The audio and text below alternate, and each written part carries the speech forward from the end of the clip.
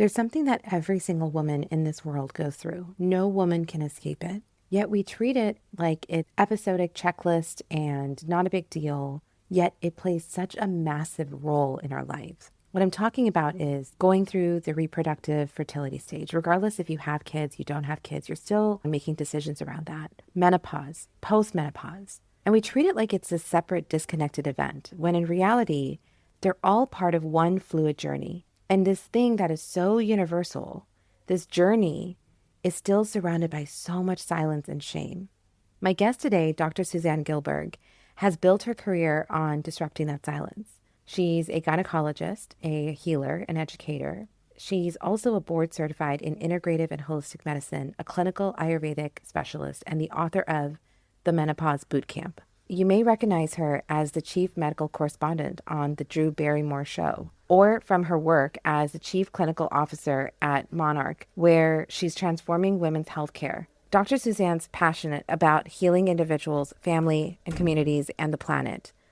And in this conversation, we'll explore why the journey of womanhood needs to be seen as continuous, and how the way we talk about it shapes not only women's health, but also our relationships, communities, and collective humanity. Welcome to another episode on Reframing Perspectives with Dr. Payal Beri. Hi, Dr. Suzanne. I am so excited to talk to you today. Finally, Finally. we made it happen. We did, but this conversation is so important, not talked about enough, and it is becoming more forthcoming for sure, Yeah. but it is still just at the beginning.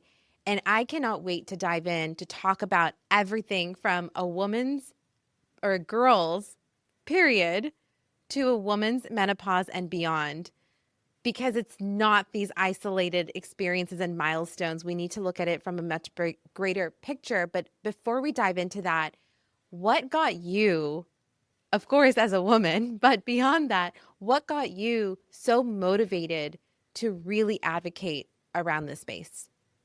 Well, I mean, kind of as you're implying and leading into, um, it was my own recognition that through my work. So I'm board certified in OBGYN, and I've been in this space as a practicing physician for 26 years, so far longer than that in my career. But I mean, I'm a women's health physician, so I think the combination of working with women at various phases and girls at various phases of their lives, and then having the privilege of having the kind of practice where I had people continuously with me and have had people continuously with me from their teen years into their adulthood, experiencing exactly that it's not episodic, that it is a life experience, and that people really did not have information about their own bodies, about their own biology, about whole person health. And it became really imperative for me to not only continue to learn about this, that I could take better care, but I feel as doctors, a lot of our job is educational and support. And if I was going to be able to support them through the process, I had to be educated, and then I had to figure out how to educate them. And while I was in very busy, high volume insurance-based practice, I did not have a lot of time to do that. So I really had to figure out how to do it pretty quickly. And then, of course, I've been involved in speaking and teaching and writing and, media for decades. So that was another place that I was talking about things. But people were coming to me with their questions and problems and did not understand what was happening. So that was what motivated me, I saw that there was a gap not only in medical education, but in people's own education about themselves and their experience. That actually right there, what you just mentioned about the gap in medical education as well as people's education, how much do you think of that cultural norms are tied into that? One, in the fact 100%. It's 100% that. That's what it is. That's all it is. Because the excuses around not including female animals, okay, in basic research, let alone humans in trials, because you understand that not until I was in medical school in the mid-90s, 1993, the FDA required that women be involved in clinical trials. Not until 30 years ago where women, so that means a lot of medicines that you are using, that we are using, were never studied in women. This is pretty crazy. It's more than half the population. But why? The excuse is, well, women's physiology and biology is so complicated. It's going to make it way too hard to do. There's going to be so many, there's recognition that obviously our hormones, not that men don't have hormones, they have hormones too, but the way our hormones fluctuate are going to have potentially an impact on, for instance, this particular medication or this particular treatment. So we want to exclude that because that's too complicated. But it's like, but then you're going to use it on half the population. So that does not make any sense. This is intellectually a corrupt idea. But it is based on societal norms that what is normal is a white man who weighs 155 pounds, like, or whatever the number is. I'm making that. But there is a number, by the way, that is average. Right. That's what average is. When that's not necessarily what? That's not average. That's the norm when you are looking at white male patriarchy. Yep. So that's excluding a lot of people. And that's the thing that, if there was something that you could shift in that medical education, because we see this all the time. I've gone to some gynecologists who shamed me about if I'm asking for a question, as if I'm dumb for asking that question. And so what is something that if you could actually change the way medical education is around women's bodies, what would that look like? Well, I want to answer your question, but I want to address what you just said, because the shame and the dismissal piece is really, really important. But I'm going to have to step in and defend my colleagues for a moment. I am not here to say that you didn't feel those things and that people don't feel those things all the time. But often what's actually going on is that your physician has like 5 minutes to see you because she is going to be in trouble with administration, and her productivity numbers will be down. And then her scores that you give afterwards, how long you waited in the waiting room and was the parking a mess, she's getting blamed for that too. Okay, so she may actually not think you're stupid. She just may be really stressed out and making sure she checks all the boxes. She gives you what you basically need, whether or not that's what you came there for. And then she gets to the next person. If you don't think that that is influencing your care, it is. 100%. It is totally, and the system is broken. So it's pretty, I mean, we can talk about that or not, but I don't think it's fixable, to be really honest. I think we have to blow it up and start over. Okay. Now, having said that, the gaps in education, that's what you're asking, right? Medical school is 4 years long, which is long. Okay. And then residency, where you've graduated, you are a licensed physician, and now you're doing your specialty work, because even somebody who's a primary care doc does not just go out into the world after medical school. Now, 60 years ago, they did. And then it's another 3 to 8 years of specialty training. Despite all that time, and we spent a lot of time studying and learning, we can't learn everything.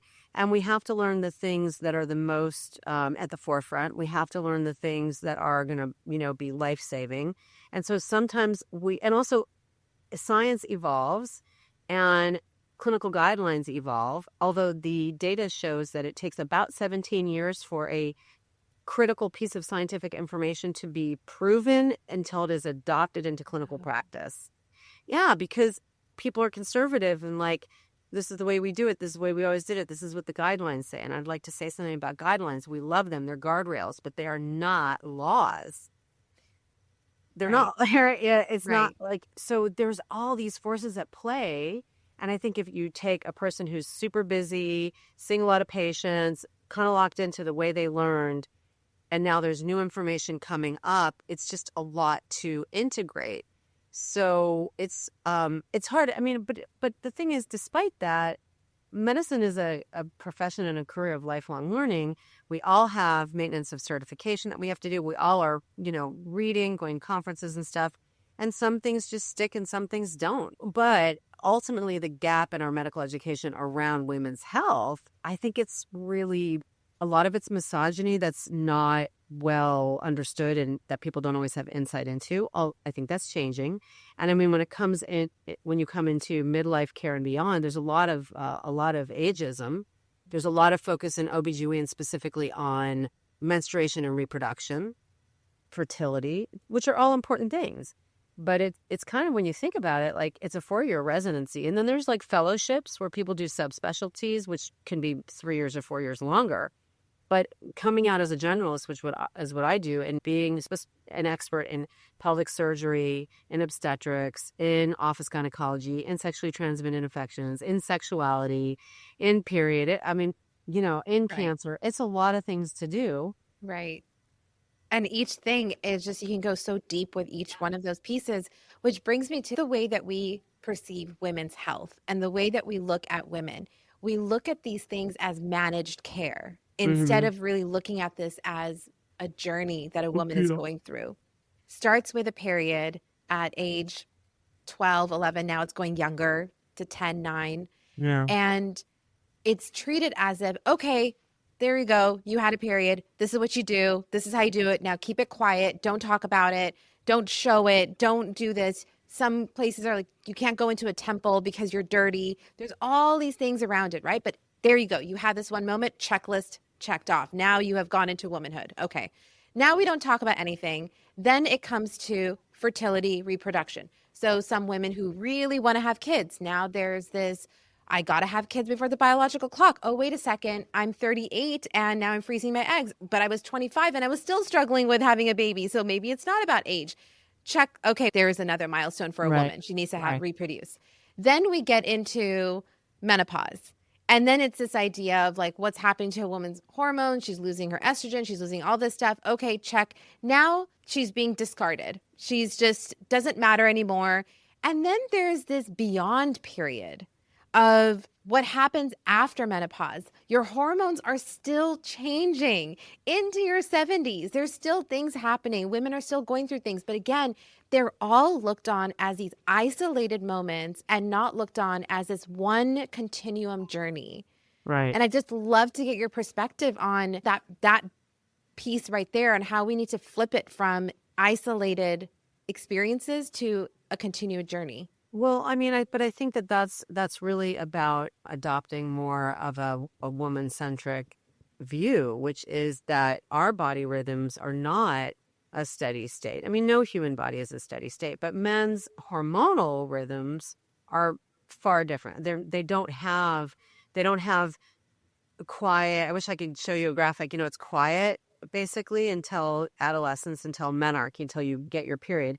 Then it's a little chaotic, and then it kind of settles into a sine wave. Then it gets really chaotic again in perimenopause. And actually, I will correct you. And then it goes quiet again. There are not hormonal fluctuations after you are postmenopausal. That is not accurate.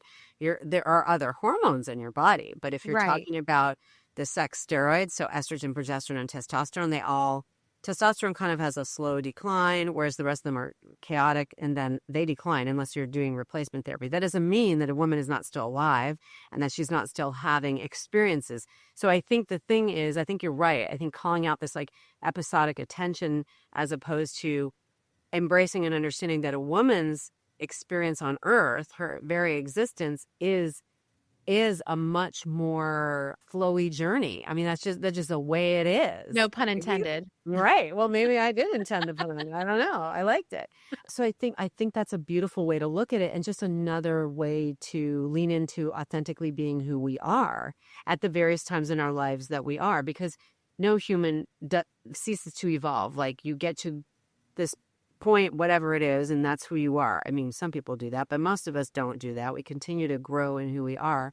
And with female physiology, it is at least influenced heavily by our hormonal journey. And I think looking at it more as a journey rather than like distinct episodes, I think is a beautiful way to reframe it. I love that. What could a girl who's coming into this, who's young, who's starting to experience her first period and moving into that, what would you want to tell her about this journey?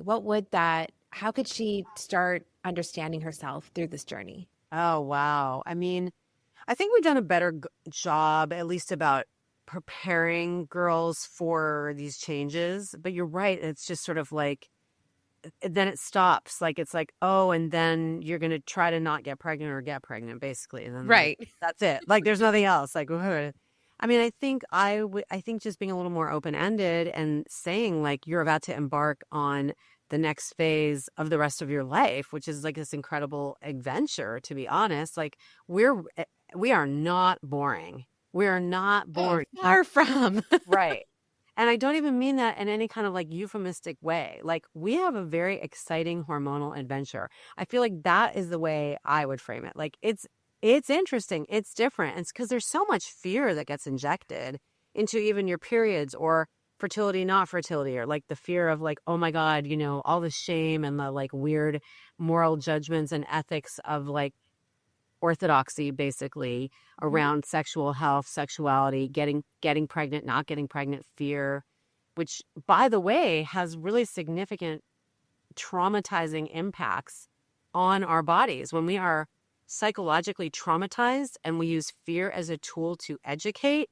It changes the way we experience our body in really significant and long lasting ways. Wow. It's a true thing. How, Like if like, you're can you give an example? well, like if you're telling people that sex is bad, it's dirty, it's only for reproduction, you're a bad person if you have it or you want it, that is going to scare them about everything below the waist. And I have seen many, many, many patients over the years who that is their experience, and their experience of their pelvis, of not just sex itself, but like their pelvic health is different. It is restricted. It is they have pain. They're literally holding. I mean, talking about it makes it doesn't it kind of make you like pull in your pelvic floor? Like even if you don't know how to do a Completely. Kegel, you're doing one. And that, by the way, that chronic holding in your pelvic structures and your pelvic floor creates pain. It creates tension. So then it's like a perpetuating cycle. Like, oh, this is scary. This is painful. This is physically painful. And now Right. it's And it can bad. I even, mean, that's just an example. And that's really sad because I our mean, what you're bodies are talking so, about, I hear this, being South Asian yeah, and being, in the community, I see this, I hear girls when we're younger who got married and they weren't able to consummate on their marriage day night because there was so much of repression there and suppression of what this even meant. There was pressure around it, there was intensity around it, and it took them a while and it caused a bit of awkwardness and embarrassment and tension in the marriage then, in yeah, the relationship, in the way it started. yeah. Yeah, and I'm saying this, I feel like you are receiving it the way I mean it with like love and regard and trying to create some safety around it. But I have witnessed that in patients of mine, and I have colleagues who are in communities that are more conservative, religiously, politically, whatever, and who come from those cultures and who have really worked hard to educate and to break those stigmas and those barriers because this is our one and only body. And it's to have fear and hate around our own body is so damaging and unnecessary.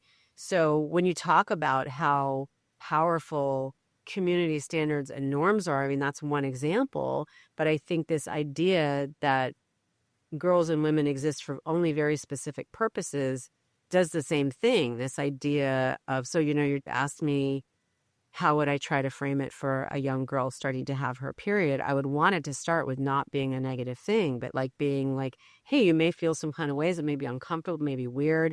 If it is, and things should not be terrible. And if they are, this is where we need to communicate, whether it's their parent or their auntie or their doctor or their teacher, just normalizing like what do bodies do? When is it time to ask for help? And it's time to ask for help anytime you have a question, by the way, but then not stopping there, understanding that through these various fluctuations that we experience during our lives, there's other opportunities to change, to grow, to learn. And that when we get to the end of our reproductive lives, if we wanted to reproduce or did not, that is not the end. That is yet another new beginning. And in fact, in some Asian cultures, like I think in Chinese, menopause is called the second spring. It's not negative. Yeah. Like, and that's the other thing I wanted to say. When we have a negativity around aging, specifically with women, I think you see it more in cultures where aging in general is feared and where there's been a loss of reverence for elders in the community. So Right. when communities break down and we get smaller, smaller, smaller, smaller, and it's like the nuclear family or it's just you, we have this loss of social connection and regard because we're not having experiences with young people, with old people by design. Like when people still remain in community, they have contact with people who are in different age groups. So you see older women and you see the older women in your community are the repositories of wisdom, of story, of the culture, of passing down traditions and rituals. It's not a bad thing. It's a beautiful thing. Yeah, I love that if that exists in the Chinese culture. I think about it from even for myself. I remember in sixth grade, there was a tea party that the elementary school had, and you bring your parent with you, and then you watch a video, and the video was of this mom who's cracking eggs in the pan and making a vagina and talking about what happens. And that was the thing. And I had no idea. My mom had no idea. My mom, she's Indian. She grew up in India. Like, this is all like, you don't talk about these things. And we go to this thing at night. We have no idea what's going on. And we leave and she goes, "Do you get it?" I'm like, "Uh-huh." She goes, "Okay." And that was our conversation. And that's it. Yeah. And so many Yeah. times. And then there's that piece where it's like, I grew up with a brother. I don't have sisters in the Yeah. house. And so then it's, you got to make sure you keep this private. Like, I Yeah. share a bathroom with my brother. So, Yeah. when I was younger. And so it's like making sure that you take care of it, you know what to do. There's so many points where it feels stressful. I love how you're talking about it from a place of like celebrating this You. journey and celebrating that, like, wow, I am going on this really interesting and beautiful journey. And I look at this, I'm childless, chosen childless, but I have friends who've got kids. And every single time a cousin or a friend gets pregnant, I'm just fascinated by Yeah. what a woman's body is able to do. It is It's just crazy. it is crazy. Yeah. But what are those things, if we're talking about this fluid journey of from period to menopause and beyond, what should a woman be thinking about when she's in her 20s, in her 30s, as she's preparing for that next stage of life, whatever that brings to her? Yeah. But how can she really be celebrating this journey and how can she be honoring it? Yeah. Well, and let me just say too, I don't want to be look, some of it is uncomfortable and we don't like it. Okay. So we're Of allowed to course. have those feelings too. But the bigger frame is like, this is kind of amazing. What your body does is amazing, right? I think for people in their 20s, I think understanding that each like portal that you pass through is getting you ready for the next step. And this is the other reason why I really love your analogy of this being like a journey rather than episodes. Because the other thing that we need to know from a health perspective is that each experience that we have is setting us up for the next one, and it influences our long-term health. So our childhood is going to have an influence on our capacity to conceive potentially, right? Like our obviously how our periods work or don't work is going to have the biggest influence if we're conceiving spontaneously without help. Our pregnancy has a huge predictive impact on our long-term health. So I'm not saying these are like, you better not get gestational diabetes, because guess what? Your people and my people have higher rates of gestational diabetes. Yep. That's what we bring to the party genetically. So it's not, I mean, and you can't control everything, which is, I think, the most beautiful thing about pregnancy is really experiencing surrender and loss of control. I think it's really an important spiritual journey. But having said that, if you've had gestational diabetes, I did, I have much higher risk for type 2 diabetes later in life. I have to watch that. I knew that, right? So I've been on that shit, excuse me, for my son will be 28, many Yep. years, right? So, and people don't always know this, but I think in terms of like more in your youth, I think not to put too much pressure on yourself, but sort of maybe make a priority list. Like, is having a family biologically something that you think you're interested in? Because if that's the case, not to freak out about it, but to understand your cycle. If you're having a normal, like a cycle, like if you're using birth control and you need to use birth control of some sort right now, use the birth control. I mean, I don't know why we're scaring people about helping themselves not be pregnant when they don't want to be pregnant. But that's a whole That's other a whole part. other conversation. Yeah, I mean, I do understand why that's happening, but I think it's a misread, and I think it's a symptom of the really binary world that we are living in right now. It's this or it's that, which I'm like, Right. I'm sorry. Apparently, I live on a different planet than most of you guys because I don't see it that way at all. Almost everything is gray, in my opinion. Yeah, we're all on a That's my spectrum. opinion. So I'm pausing the episode for a quick moment and for a quick favor. If you haven't already, if you could just click subscribe, leave a review wherever you're listening to this episode, it would be really helpful. The only way we can know to make sure that we provide the right type of podcast episodes, the right type of guests, and to make sure that we're delivering the type of content that you actually want to hear, it's through your reviews and through your support. Thanks. And now back to the episode. I think maybe making a priority list, not freaking yourself out, but saying, well, you know what? If I think that I want to have kids, the reality, whether you like it or not, is that it is going to get harder to get kids at a certain point. And everybody does not have the same fertility journey. And this idea of having it all, while it may be appealing, you may have to have it all with a lot of technology and a lot of money. So if you think you're going to try to have that first child at 37 or 38, it might be easy. It really might not be easy. And you need to be thinking about it well in advance. So understanding your cycle tracking for your own personal benefit, and understanding how do you feel at different times of the month, and go online. It's not that hard, and find like, what's my estrogen level? What's my progesterone level? How does this correlate with what my body is capable of doing? The way my mind works, you're sharper with more estrogen in the follicular phase. That's the science. Okay. You need to kind of downregulate and get in your cave during the luteal phase. That's not you being a jerk. That's biology. Knowing when you ovulate, knowing if you do ovulate, knowing what your egg quality is, thinking about whether or not you want to egg freeze, thinking about, would you be a single parent, really having those conversations with yourself. That's the advice I would have, because we do have the technology to create more opportunities for people. But when it's a fire drill and it's, oh my God, I don't have a lot of time, that's just a really bad experience for them. And you've decreased your opportunities. I think, look, doing this now and having these conversations now, even 10 years ago, 15 years ago, it was harder to do. And so there's always going to be a group that kind of doesn't get the benefit of the technology that's really flourished now. And that's the way it is. Yeah. I think you bring up something really interesting about all of this personal understanding of what you really want from your life versus what is also societally expected of you, of your life, Yeah. right? And I've gone through that. I mean, I'm 43 almost, and I don't have kids and I don't want kids. When I was in my 20s, I was obsessed with the idea of having kids. I was obsessed with the idea of having the husband, the house, the white picket fence, the whole thing.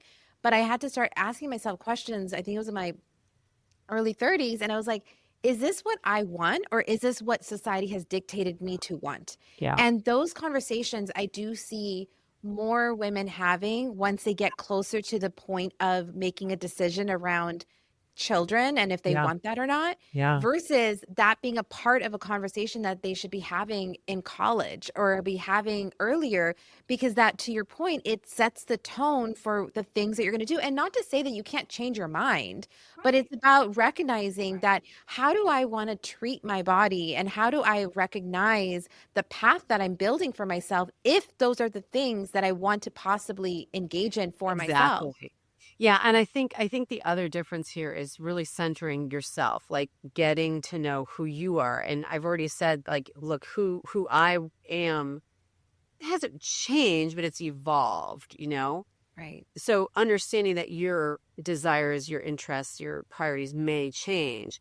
But what it does is it centers you rather than what you think you're supposed to do, or the pick me kind of thing. That kind of stuff, which is really not a good reason to have kids. It's like, really not. And I will say that I think that your cohort and younger has done a better job of that, because you were raised differently. You've been raised in a different world, in a different culture. Look, even I am so grateful for my parents, but I mean, I was not raised in a sex positive home. Let me just say that, okay? Like, are you kidding me? My parents are from the 50s. My dad's turning 89 today. Great guy. Amazing. Oh, happy birthday to him. But I mean, that was like, oh shit, no. So I had to do a lot of my own work and education, actually, once I was a professional, because I was like, oh wow, I'm literally talking about this all day. Like, I better unwind what's going on for me about it. Right. Because it really brings your stuff up. Absolutely. And even if the parents, your dad is from the 50s, but culturally, there's some cultures that are still existing in that way because Of of course. traditions and whatever. Yeah. We talked about it earlier. The thing that I really want to dig into is that as you were talking about this journaling and this evolving that a woman needs to figure out for herself, but what I also see amongst some of my friends who are going through, I have some friends that have chosen to be single mothers. They've chosen that path. They prefer to have a kid and then later look for a viable Hmm. partner. And Hmm. then there's some that are very much like, no, I want to have the partner and then focus on the kid. But either way, I observe and notice a lot of the pressure and the work and the not just the body's work, but the work in the research, the understanding, the education, all of it falling onto the woman. And the man, when you ask him, is like, yeah, okay, I'm good with that. And then when they go in and they're like, wait, you have to do what? They have to, and there's so many things that they just do not know how it functions or what happens or what you're supposed to do, so much pressure and onus goes on to the woman. Yeah. How can men start to really show up in this conversation? And how can men start to take ownership and responsibility as well as a part of this conversation? Yeah, that's such a good question. And a lot of my menopause work, I get a lot of questions around this specifically because when it comes to pregnancy, if there is a man involved, they have to be involved at least marginally. But, like they do. But in menopause, they're just like bystanders and they are like caught in the crossfire and they don't know what to do. And women have no idea what's happening practically and it's happening to their body. And these guys are just like, it's like they walked into the wrong room. They're like, wait, Deer in headlights. I thought this was a living room. Oh, it's the kitchen now. Okay. I did not know that. The war Sorry, zone they're later. backing away Yeah. slowly. I think the only thing to do is to be curious and to be humble, which is the only thing that any human really should and can be doing anyways. So just, when you're like, I'm confused, what is happening? What can I do? What do you need? Those are always good questions. They may not be received well, by the way, because also sometimes women are like, could you stop asking me? And that might be the answer. Right. Hey, Google is your friend, or these are 3 books. I do think the book for men, not everybody has a male partner, but everybody's got men in their life. I think the book for men is forthcoming. I don't know when, but I'll be shocked if it doesn't come soon because they need it. They need it. Everybody's going to have a sister, a mother, a partner, a work wife, a friend, a neighbor.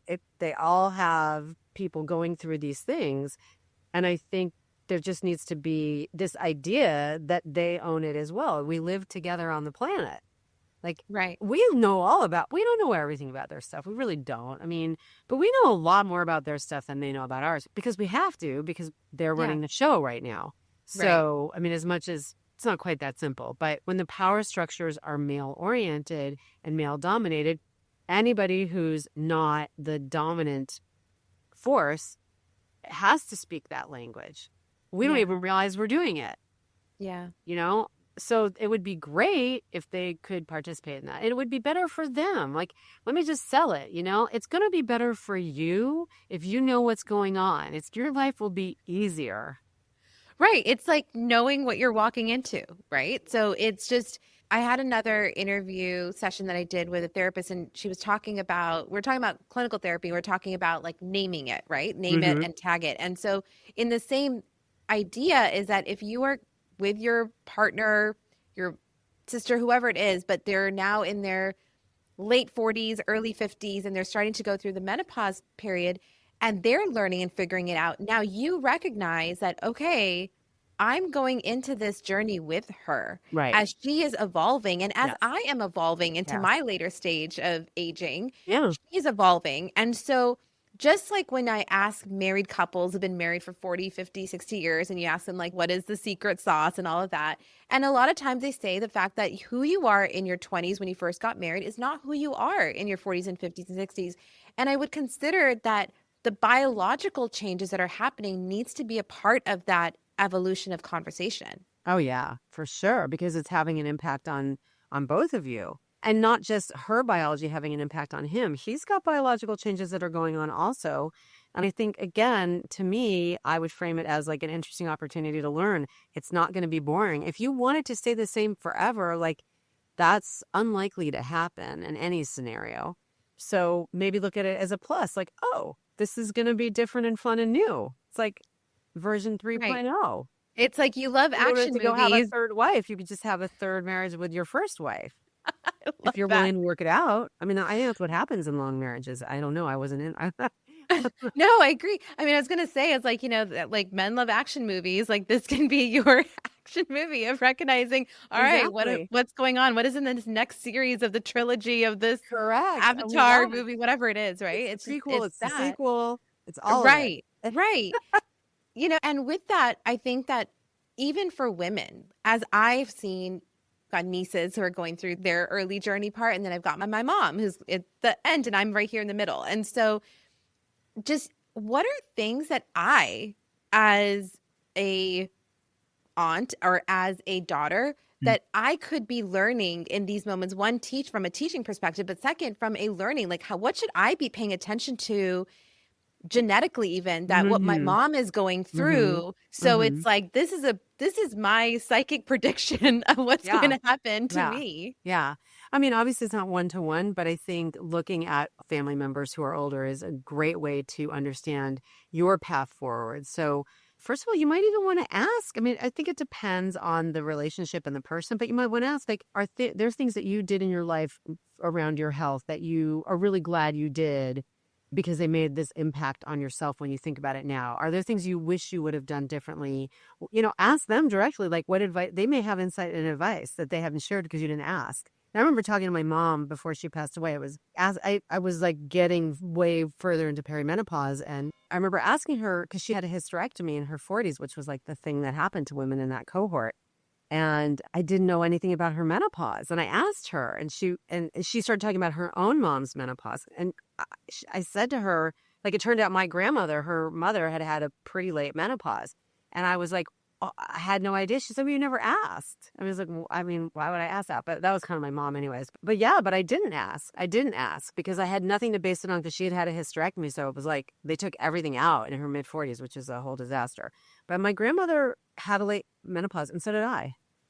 Wow. So it was kind Yeah. of interesting. So that kind of like maybe some predictive stuff, but also health things. So I think the thing that we know now is, I sort of alluded to this earlier, is like, look, your health at various parts of this journey are a window into opportunities for impact or not. I think the other thing that we can do when we're looking at our older relatives is, what kind of medical issues are they having? And are those things that we can look at and prevent, especially when you're talking about you looking at your mom, osteoporosis, heart disease, brain health, fitness level. These are all mental health. These are all things that if we understand that what you're doing now is going to impact your experience later. Osteoporosis, for instance, I mean, that is preventable. And there's a very high rate of osteoporosis. I mean, elder individuals in general, but women have it way more than men. And same with dementia. 2/3 of dementia is in women and older women. So what are the things that we can do to decrease our risk? I mean, aside from things like hormone therapy, just sleep, stress management, exercise, muscle building, impact on our bones, optimizing nutrition, understanding like what's our vitamin D level, looking at cardiovascular and metabolic health, especially in women and especially in South Asian women. You guys have much higher rates of cardiometabolic disease. You also have earlier menopause. So, making sure that you are aware, so you're advocating for yourself, because your doctor may or may not maybe do a random lipid panel and you look fine. And it's like, well, wait, there's other things to look at here, because women's heart disease presents very differently than men's heart disease. Yeah. And most of the diagnostics really were set up to look at men's heart disease, large vessel disease. Women have small vessel disease and inflammatory disease, and it's harder to see on imaging. So this isn't to scare people, this is to empower them. Conversely, you can be talking to your nieces about like, hey, whatever's going on with your period, like make sure if your period's really, really hurting a lot, or you're skipping and you're not getting it, 2-3 years in, it should start to get regular. If it's not, is there something going on? Do you have PCOS? Do you have endometriosis? Do you understand how to take care of yourself? Like, do you understand your genitals? Do you understand like the vulva and what the anatomy is and what these things are for and what they do? Just basic stuff. I think everything you're talking about the one thing that keeps coming up is about the language that we use to even have these conversations, whether it is with for me to have with my mom or the nieces or friends and being able to talk openly about what we're experiencing. And secondly, the way that culturally we've shaped talking about it, making fun of it, Yeah. talking about it like, oh, well, she's on her period, so she must have, that's why she's going crazy, or just these notions of just the way that we degrade it. And Yeah. so, even that, I just think about it as how can we feel more empowered in the Mm-hmm. way that we speak about it? And I think often about to the work that you're talking about with the menopause and beyond is how can we see women who are beyond that phase just as valuable as young women who are in that stage of reproductive and provide, the having the babies and all the things. But how do we see the elder women as also just as valuable in this journey? I think it's just a mind shift. And I think it's about having experiences with those people, because I think if you have experience with people that are different than you, whatever it is, age, culturally, anything else, you see the value in them as humans. But I think it's also upon us to own our stuff and to be authentically ourselves. I mean, I think this idea of invisibility as women age, like, sure, it's being foisted upon us, but we're accepting it. At a certain point, it is my responsibility to be like, I don't accept that. That I don't Right. agree. And I think I'm definitely there, and everybody isn't going to be as visible about it, but I think everybody can be visible in their own way. The other thing I think that is really common as we get older is we really do, there's like jokes about the no F's to give and stuff. But part of that is also like, not here to impress you, really not my problem. So, honestly, if you want to get the wisdom, come and seek it. I'm not putting it in your face. And I don't think that's new, actually. I think it's just that there's so much obsession with youth and so much narcissism around it, which is like some of it's normal. But Right. some of it's just like, listen, folks, I'll be over here if you would like my help, because I'm watching you do that. You're not doing it well. But none of my business. If you would like to learn how to do it better, because I did it and made all those mistakes, and you want me to share, I'm here. I'm available for it. So Yeah.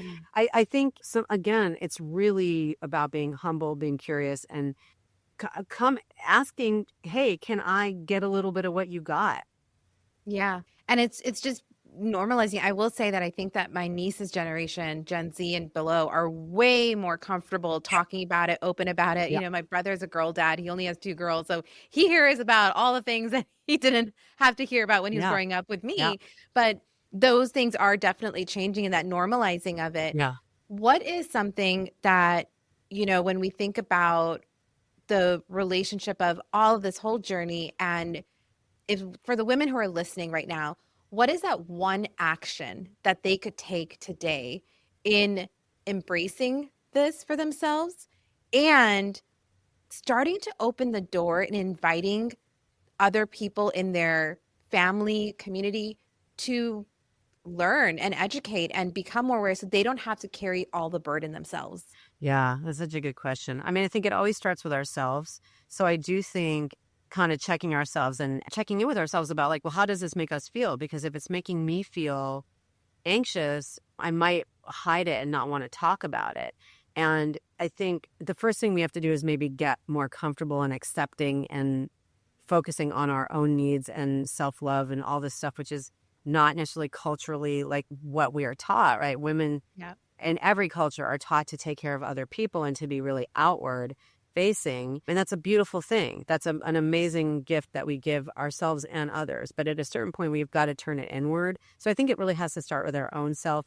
So whatever that would be, if that's like educating yourself, listening to podcasts, reading, being creative, just finding a way to connect with yourself. And then I think you're going to be the invitation will be much more appealing to anybody else that you want to invite into that conversation. But I think a lot of it is really just about being authentic, learning to like and love ourselves. And again, reframing what this is as just another part of the adventure. And adventures can be scary, right? Like adventures are fun, but also there's like this risk involved. Like, oh, I don't know what's going to happen. Yeah. And I think that for whatever the cultural norms are for anyone's culture, it's even meeting it there of recognizing that, okay, maybe I am personally a very vocal person, but I know in the South Asian community, that's not always looked on as a good Right. thing. Right. And so, who are my safe people to Yes. go to talk about this with? Who can I engage with? Maybe right now, talking to an elder parent in that culture is not going to be comfortable because Exactly. they haven't processed or gone Yes. through that. So, Yes. who can I connect with? Because this is a universal woman thing. You're, And we don't you're choose to enter in or exit. We're biologically forced to yeah. go through this. So Yeah. embracing Yeah. it. Yeah. Absolutely. Absolutely. And I think creating, and also if you're not finding spaces that seem welcoming, creating those spaces and inviting people in that you can be open and free with, and then strategizing around how do you bring that to more people. Yeah. I think the first step right now, though, as much as it would be so lovely that everyone is compassionate to this journey, Right. I think that as women, we actually need to come together Yes. collectively, Agreed. not feel divided by the patriarchal messaging, and start to also not be self-deprecating around these things that are happening. Totally. And I Yeah. think that really is a collective first step that we can do. Yeah. Yeah. A collective self-acceptance. Yep. So, as a final question that I want to ask you is, what would you love to see in the greater collective shift around period to menopause and beyond in our society, in our workplaces, in our homes? What would that look like for you to see that we are on the journey of acceptance and empowerment for women? Well, I mean, I think it's what I said before. I think the thing is that journey is going to have to start within.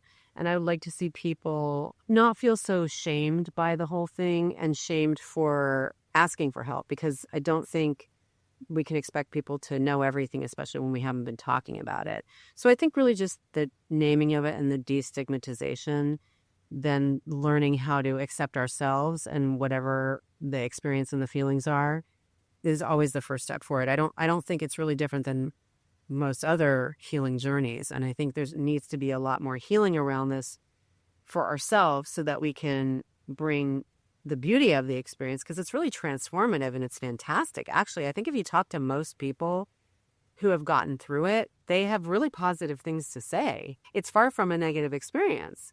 It's negative when we are being told it's bad. And so then, of course, we're going to fear it. So I guess what I'd like to say is there's nothing to fear, because when you're ashamed, you're going to isolate and you're not going to get help. And so I think all of that, like cracking that open, which requires some, courage, then all of a sudden it's kind of interesting what happens and who appears and what appears. Yeah. Dr. Suzanne, thank you so much for sharing this. I know we could go for hours and hours Yeah. on this because each piece of this requires that level of care and respect. And I love that this has been something that you're able to share in so many different mediums. I know you've got a book coming out and you're going to be, sharing so much through that as well. And I'm so excited for that. How can people connect with you or learn more from you beyond listening to this episode? Yeah. Well, I mean, my social media is always the best place to start. So I think heading to my website, which I'm sure you'll put up, Yep. and that'll link you to all of my social medias. My book, Menopause Bootcamp, is about to turn 3, which is crazy to me. I have a course that I do to teach lay people and paraprofessionals to create their own destigmatizing, community-oriented, safe space. So I have a Menopause Bootcamp Facilitator Certification Program, which we're about to update, rebrand, and add perimenopause into. And we have people all over the world, actually, who I do quarterly coaching with them, and they are running their own versions of my bootcamp. It's really amazing, and it's exactly that. It's a place where people can safely educate, connect, learn, and the grassroots effort really does make a huge, huge, huge, huge difference. My next book is going to be on plant medicine, which is my first love, so that'll come out in 2027. But yeah, so I think those are the places you can find me, and if any of that interests people, I love sharing those gifts. Yeah, thank you so much. Everything will be definitely linked for that. And I love everything that you're sharing. And this is such an important topic. I know this is not going to be the end of it. This is the journey of the beginning of this conversation. So thank you so Yes. much again. Oh, thank you so much. I really hope that you enjoy this episode. And I just have one favor to ask you. If you could just make sure to hit that subscribe button, leave a rating and review, it's going to help us tremendously to make sure that we reach as many people as possible that you think should be listening to our episodes. I'll see you next week for another episode, and thank you so much for leaving that one review, that one subscription, and sharing this with your friends.